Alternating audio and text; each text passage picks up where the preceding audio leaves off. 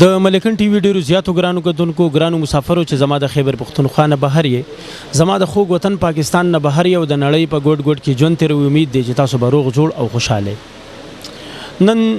راغلی ما او ملکن ټي وي هڅه کوي ملکن ټي وي هر ځای ته ځان رسول غواړي او ستاسو غږ چې دی نو هغه د نړۍ هغه واکدارانو ته هغه چارواکو ته رسول غواړي چې د چا غوږونه کاڼئ خلک لیدل کوي خو عمل نه کوي هغه خلکو ته ستاسو आवाज رسو هم ستاسو د غږ سره زه یم راجه محمد زیب سجاول او تاسو ګورئ ملکن ټي وي اوس را سره دی وخت کې یو مشر ناست دی هغوی سره خبرې اترې کوو. السلام علیکم. وعلیکم السلام ورحمت الله وبرکاتو. ستاسو جی نوم څه دی او د کوم ځای سره تعلق ساتئ؟ زما خورشید علي نوم دی او د دې کوزدیر د دې چکدرې سره زما تعلق دی. او عهده ستاسو څه ده جی؟ زه د پاکستان پیپلز پارټۍ سره زما تعلق دی او په دې تیر سیشن کې زه د پارټۍ صدر وم او اوس په موجوده وخت کې زه د ادینزي قومي جرګې صدر یم. خجی زمون سوال دا دی تاسو نه چې دا نن اے پی سی د دلته آل پارټیز کانفرنس پاغه کې د مختلف پارټو مشران راغلي دي سپونروبي راغلي دي او ډېر ښکلي خلک راغلي دي پیشنګ هټ ته. نو تاسو اصل کې دا تاسو غنئ چې د دوی دا کانفرنس ته دا به کامیاب شي او حکومت به مجبور شي؟ زما ګران وروره دا څوک چاته په پلیټ کې څه نه ورکوي. هر یو شی په جدوجہد او په محنت باندې ملاویږي. دا دلته چې څوک راغلي زه دغه ټولو ملمنو ته مختلف پارټو سره چې څوک تعلق لري هغوی ته د زړه د کومې نه هرکلی ویم او دا زمونږ یو جدوجہد دی او دا جدوجہد زمونږ د جمهوریت لپاره دا روان دی. او بله دا خبره ده چې د اے پی سی په اصل کې د سی پیک متعلق راغوښتی شوی دی. د سی پیک کې زمونږ دا ډویژن په خصوصا او بیا ورسره د کوزدیر او بردیر دا په سی پیک کې شاملو او د هغې مین وجه دا وه چې کوم د روډ را روان دی ایکسپریس وی چې موږ ورته دلته موټر وی وایو. د دې پروګرام دا و چې دا به تلو وسطي ریاستونو ته قزاقستان او د هغې نه په وړاندې باندې او د هغې روټ هم دا کوزدیر او بردیر او بیا به چترال ټچ کوو د چترال نه به بیا دغه کېدو هغه ته یې اکثر لرکړی شوي دي. نو دا خلک د هغې دغه دپاره راغلي دي چیرې ولې زموږ سره دا زیاتې کېږي ځکه چې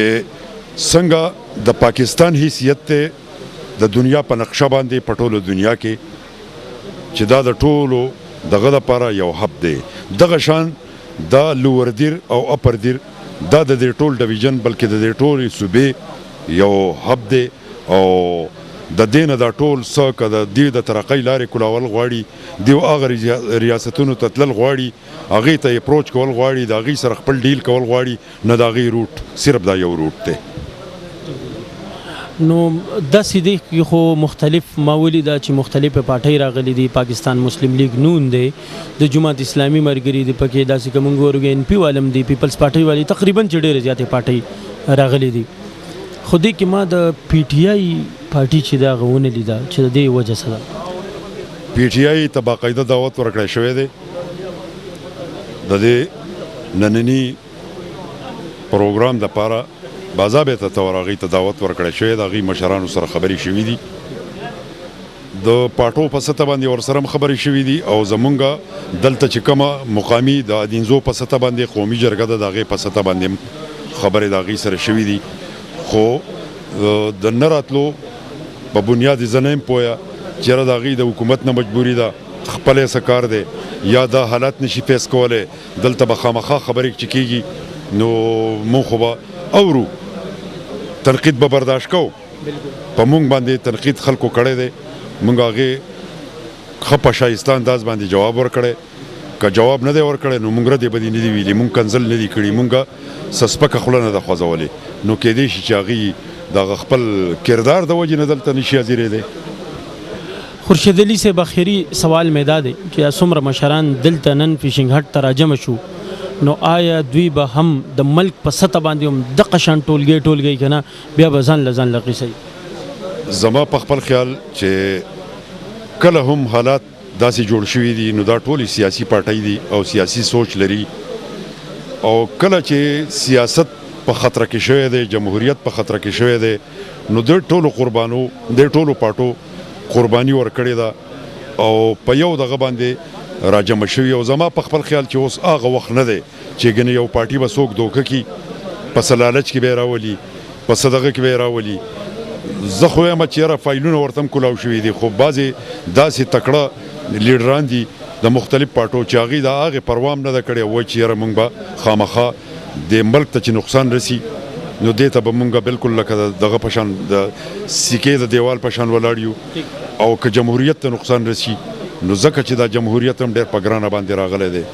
ډېرې قربانۍ پکې شوي دي ډېر تاوانونه شوي دي ډېرې ستړي شوي دي او دا ملک هم که په وجود کې راغلی نو دا هم یو سیاسي سوچ په وجود کې راویستی دی انشاءالله چې دا خلک به یو کیږي د ملکن ټي وي دې قدم ته په کوم نظر باندې ګورئ زه د دیو زما سره داسې الفاظ نشته